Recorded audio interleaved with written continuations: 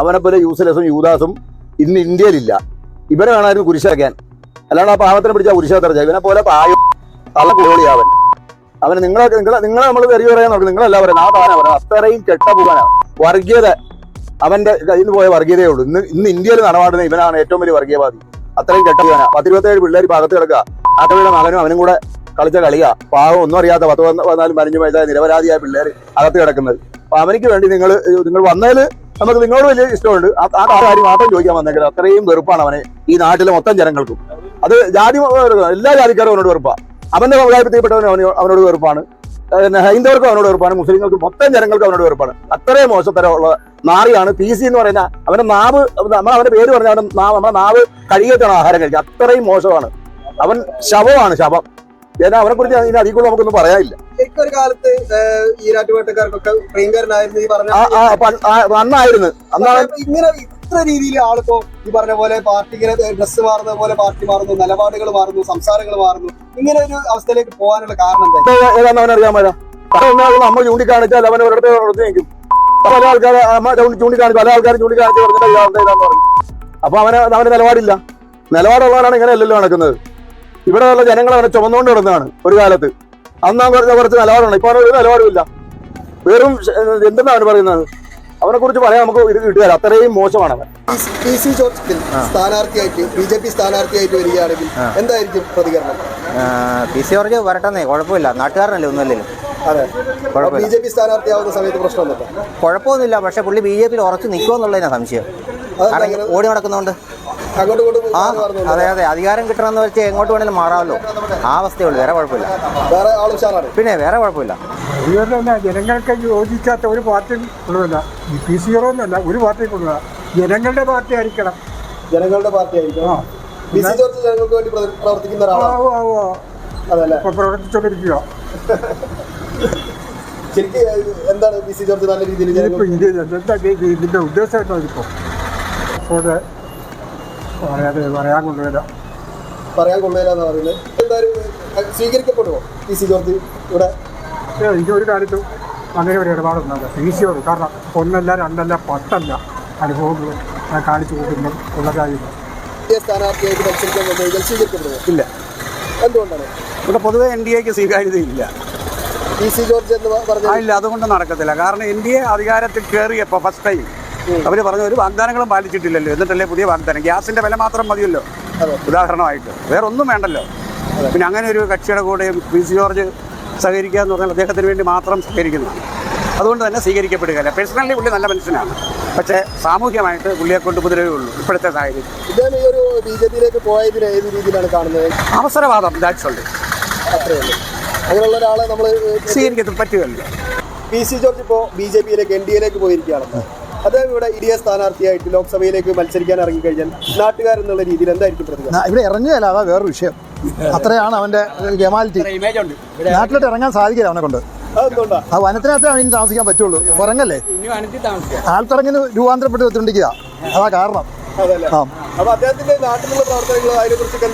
നാട്ടിലുള്ള പ്രവർത്തനം ഒരു MLA ചെയ്യേണ്ട പണി ഒന്നും ചെയ്തിട്ടില്ല. അവൻ അറിയിക്കാനേ നേരമുള്ളൂ, വേറെ ഒന്നിനും നേരമില്ല. നല്ലപോലെ പറയാം. അത് പോയി, ഇനി പോകാനൊന്നും ഇല്ല. അത് അതുപോലെ പോയി. BJPയുടെ പോയി. അദ്ദേഹത്തെ കുറിച്ച് ഒരു നാട്ടുകാരെന്നുള്ള രീതിയിൽ പറഞ്ഞത് യാതൊരു അഭിപ്രായമില്ല. BJPക്ക് ഉള്ള കൂടെ പുള്ളിയെ ചേർത്തോ. മറ്റേതെങ്കിലും ഒരു പാർട്ടിയിലേക്ക് പോയിരുന്നെങ്കിലോ? ഏത് പാർട്ടി പോയാലും ജയിക്കില്ല. ഏത് പാർട്ടി പോയാലും ഇനി അവന്റെ തീർന്നത് തന്നെ. അതല്ലേ, യാതൊരു കുഴപ്പമില്ല. ഇനി പൊങ്ങുകയില്ല. നാട്ടുകാർ എന്നുള്ള രീതിക്ക് ചൊവ്വരെ സ്വീകരിക്കാതിരിക്കാൻ പറ്റിയല്ലോ. എന്നാന്ന് വെച്ചാൽ അതുപോലെ നാട്ടുകാരെ പുള്ളി തിന്നിട്ടുണ്ടല്ലോ. തീവ്രവാദം പറഞ്ഞും മതത്തെ പറഞ്ഞും പിന്നെ മുസ്ലിമിനെ എടുത്തു പറഞ്ഞും PC ജോർജ് നാട്ടുകാരെ തിന്നിട്ടുണ്ടല്ലോ. അതിനെ കാര്യമായിട്ട് നാട്ടുകാർ പരിഗണിക്കണം. ഏത് പാർട്ടി വന്നാലും. ഇല്ലെങ്കിൽ നാട്ടുകാരെ ഒരു യഥാർത്ഥ മനുഷ്യരല്ലോ. പുള്ളിക്കിനെ യഥാർത്ഥമായിട്ട് പരിചരിച്ചില്ലെങ്കിൽ പുള്ളി ഇത്ര നാട്ടുകാർക്ക് ചെയ്ത സ്ഥിതിക്ക് പുള്ളി ആ രീതിക്കാണല്ലോ ചെയ്തിരിക്കുന്നത്. വേറെ ഏത് പാർട്ടിയിലും പോയാലും കുഴപ്പമില്ല. പുള്ളിയുടെ രീതി ഇതായിപ്പോലെ. പുള്ളി ഏറ്റവും വലിയ വർഗീയവാദി ആയിപ്പോലെ. ആ ഒരു കേസേ ഉള്ളൂ. പുള്ളി പാർട്ടി പോകുന്നതായിട്ട് ജനങ്ങൾക്ക് ഇവിടെ വിഷയമില്ലല്ലോ. രാഷ്ട്രീയത്തിന് വേണ്ടി വർഗീയവാദം പറയുന്നതാണോ അല്ലെങ്കിൽ യഥാർത്ഥത്തിൽ ഒരു വർഗീയവാദിയാണോ? പുള്ളി യഥാർത്ഥ തീവ്രവാദി ആയതുകൊണ്ടല്ലേ ഈ വർഗീയവാദം പറഞ്ഞു നടക്കുന്നില്ലേ? പറയേണ്ട ആവശ്യമില്ലല്ലോ. പുള്ളിയുടെ ലക്ഷ്യ സാധനങ്ങൾ നേടാൻ വേണ്ടി പുള്ളി ഏത് ഇതിനെ നിൽക്കും, ഏത് പാർട്ടിയിലേക്കും ഏത് പാർട്ടിയിലും പോകും, അത്രേ ഉള്ളൂ കാര്യം. ഈ വർഗീയവാദി എന്ന് പറഞ്ഞാൽ ഇവനോളം വർഗീയവാദി ലോകത്തിന് ജനിക്കാനില്ല, മനസ്സിലായില്ലേ?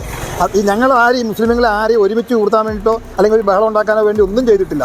ഇവൻ ഈ സംഘടിപ്പിച്ചുകൊണ്ട് വന്നിട്ട് നമ്മളെല്ലാം കൂടെ ഒരുമാതിരി ഞങ്ങൾ ഏതോ അന്യനാട്ടിൽ നിന്ന് വന്ന പോലെ പോലെയാണ് ഇവൻ ഇവിടെ പെരുമാറിക്കൊണ്ടിരിക്കുന്നത്.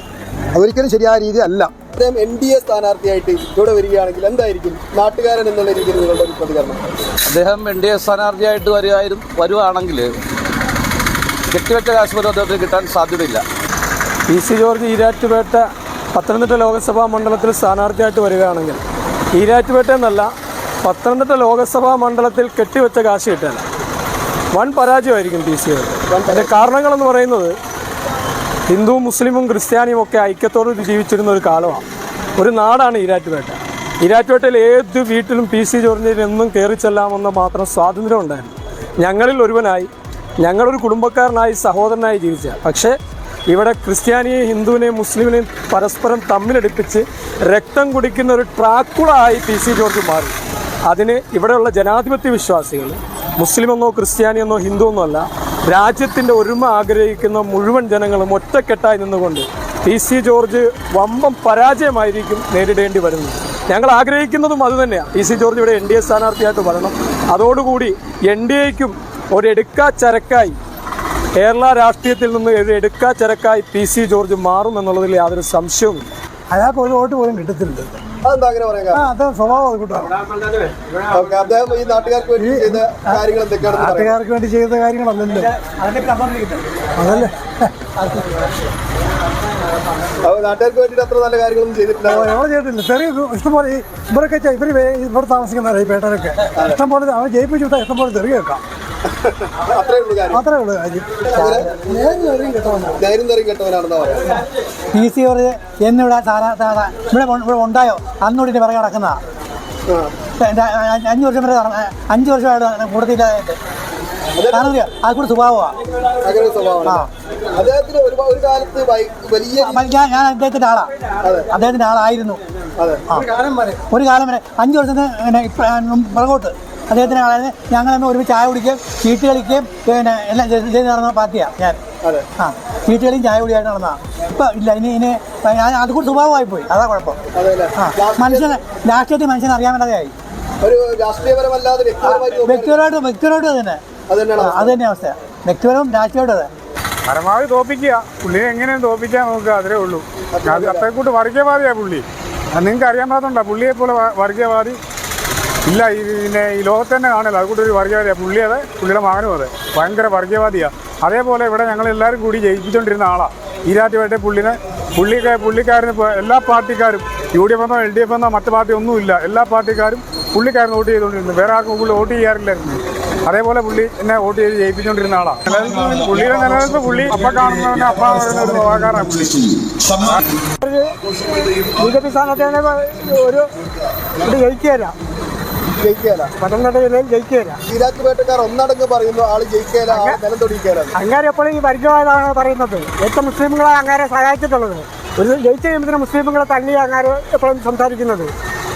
അതുകൊണ്ട് പരമാവധി ഒരു മുന്നണിയില്ല, ഒറ്റയ്ക്ക് നിന്നിട്ടും പുള്ളിയെ ജയിപ്പിച്ചു വിട്ടാൽ മറ്റുള്ളതായിട്ട് വോട്ട് ചെയ്യുള്ളായിരുന്നു ഇവിടെ. അത് മുന്നണിയൊന്നും നോക്കാറില്ല, എല്ലാം പുള്ളി തന്നെ വോട്ട്. ഈരാറ്റുപേട്ട പുള്ളിക്ക് വോട്ട് ചെയ്യാറുണ്ട്. തുച്ഛമായ വോട്ടുകളെ മറ്റുള്ള സ്ഥാനാർത്ഥികൾക്ക് 3 പേർക്കും കൂടെ കിട്ടുന്നതിനേക്കാളും വോട്ട് പുള്ളി പിടിക്കും. നാട്ടുകാർ ഒന്നടങ്കം തള്ളി പറയാനുള്ള ഒരു രീതിയിലേക്ക് ആള് മാറിയത് എന്തുകൊണ്ടായിരിക്കും? അങ്ങാരുടെ നിലനിൽപ്പിന് വേണ്ടിയിട്ട് ഓരോ തെരഞ്ഞെടുപ്പ് ഓരോ പാർട്ടിയുടെ കൊടുത്ത് പോകും. അതുകൊണ്ട് ഈ പൂഞ്ഞാറിലെ ജനങ്ങൾ അങ്ങാര് വോട്ട് ചെയ്യണമെന്നില്ല. ഞങ്ങൾ UDFന്റെ ആളാണ്, കോൺഗ്രസ്സുകാരനാണ്. കൈപ്പത്തി UDFന്റെ ഏത് സ്ഥാനാർത്ഥി വന്നിരുന്നാലും ജയിക്കും. PC ജോർജ് ആണെങ്കിൽ UDFനാണെങ്കിലും ജയിക്കില്ല. PC ജോർജ് UDF വന്നാലും ജയിക്കില്ല. അതാണ് നിങ്ങളുടെ അഭിപ്രായം? ആ വേണ്ട.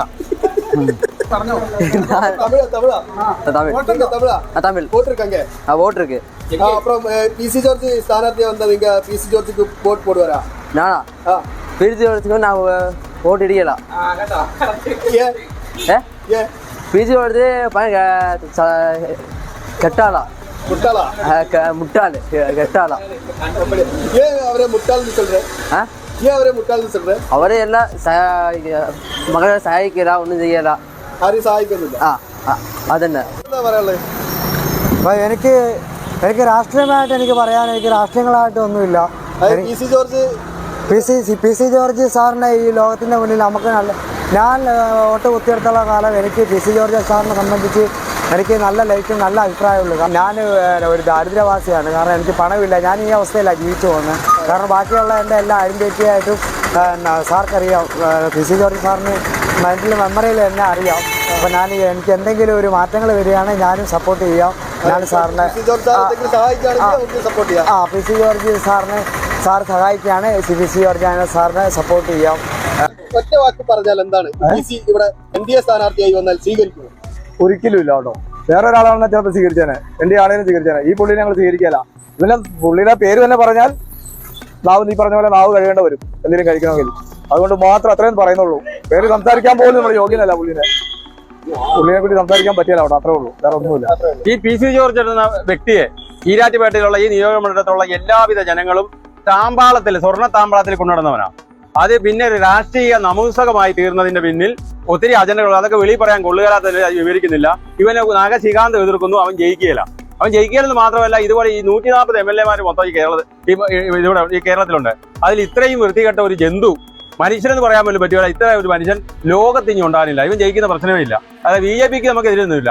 എല്ലാ പാർട്ടി ഇംഗ്ലീഷ് 28 പാർട്ടിയാണ്. അതുപോലെ ഒരു പാർട്ടി ഇതും BJPയോട് നമുക്ക് യാതൊരു നിഷ്ക്രിയ സ്വഭാവമോ വൃത്തികൾ പറയാനൊന്നും നമ്മൾ ആഗ്രഹിക്കുന്നത്. എല്ലാ പാർട്ടിയും പോലെ ഒരു പാർട്ടി BJP. ആ BJPയോട് നമുക്ക് എതിരൊന്നുമില്ല. ഈ വ്യക്തിയോടാണ് എതിര്. ഒരു വ്യക്തിയെ ഒരു നിലക്കും സ്വീകരിക്കില്ല എന്നാണ് പറയുന്നത്. ഒരു കാലത്ത് ഈ പറഞ്ഞ ഈരാറ്റുപേട്ടക്കാർക്കും പൂഞ്ഞാറുകാർക്കൊക്കെ വളരെ പ്രിയങ്കരനായിട്ടുള്ള ഒരു വ്യക്തി ആയിരുന്നു. ഒരു നേരം ഇരുട്ടി വെക്കുമ്പോഴേക്കും നിലപാടുകളിൽ നിന്ന് നേരെ ഇരുട്ടി വിലക്കുകൾ 35 വർഷം ഇവനെ ചുമന്നുകൊണ്ടാണ്. 35 വർഷം ഈരാറ്റുപേട്ടക്കാർ ഞാൻ പറഞ്ഞില്ലേ, സ്വർണ്ണത്താമ്പാളത്തിൽ ചുമന്നുകൊണ്ട് നടന്ന ഇവന്റെ മനസ്സിലിരിപ്പ് വേറെയാണ്. ഇത്രയും പരമ ചെറ്റ എന്ന് പറയുന്ന ഒരു വ്യക്തി കേരളത്തിൽ എന്ന് പറയാൻ ഞാൻ ആഗ്രഹിക്കുന്നു.